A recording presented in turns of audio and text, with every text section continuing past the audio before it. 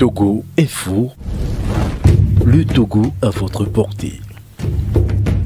Par rapport aux 4 chefs d'accusation qui ont été énumérés, je me suis réellement posé la question. En réfléchissant posément, on se dit, si ces 4 chefs d'accusation menacent la vie d'un système, d'un pouvoir, il y a un problème réellement avec ce pouvoir.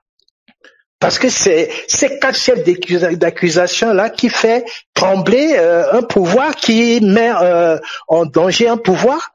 Là, je sais pas, il y a un problème qui se pose. Il y a un grave problème qui se pose, mais le problème de légitimité finalement. Un pouvoir ne peut pas être dérangé, bousculé par ces 4 chefs d'accusation. Donc, excusez-moi, ça me fait peur. André Lombé, vous pensez que Faure Gnassingbé, qui dirige le Togo, son papa a dirigé le Togo pendant 38 ans, il a pris, voilà, c'est de père en fils, hein. Donc Faure Gnassingbé gagnerait plutôt en crédit s'il libérait Jean-Paul Omolo.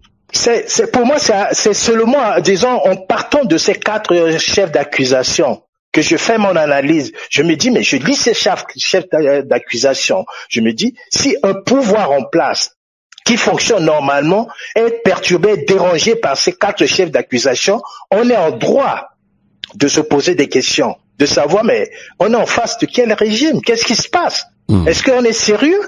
On ne peut pas jouer comme ça avec, disons, un pays et la vie des citoyens. Tout à fait. Un citoyen est arrêté sur la base de ça. Là, c'est quelque chose qui m'inquiète beaucoup. Qu'est-ce qu'il faut faire concrètement?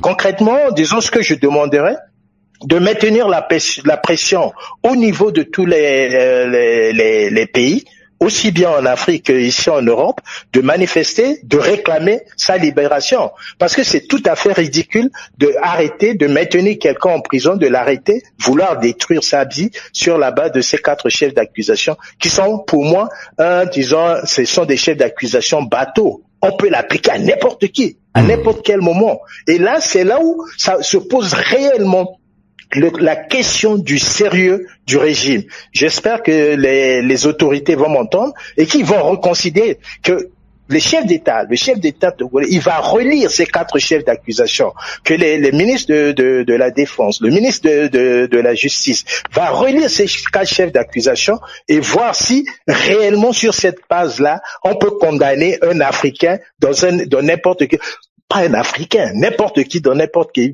pays du monde.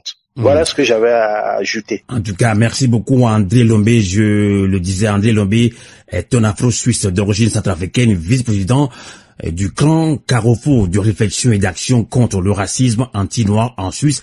André Lombé est ingénieur à l'université EPFL à Lausanne justement et docteur ingénieur de l'École nationale supérieure des télécommunications de Paris. Merci beaucoup André Lombé et bon week-end et bonsoir.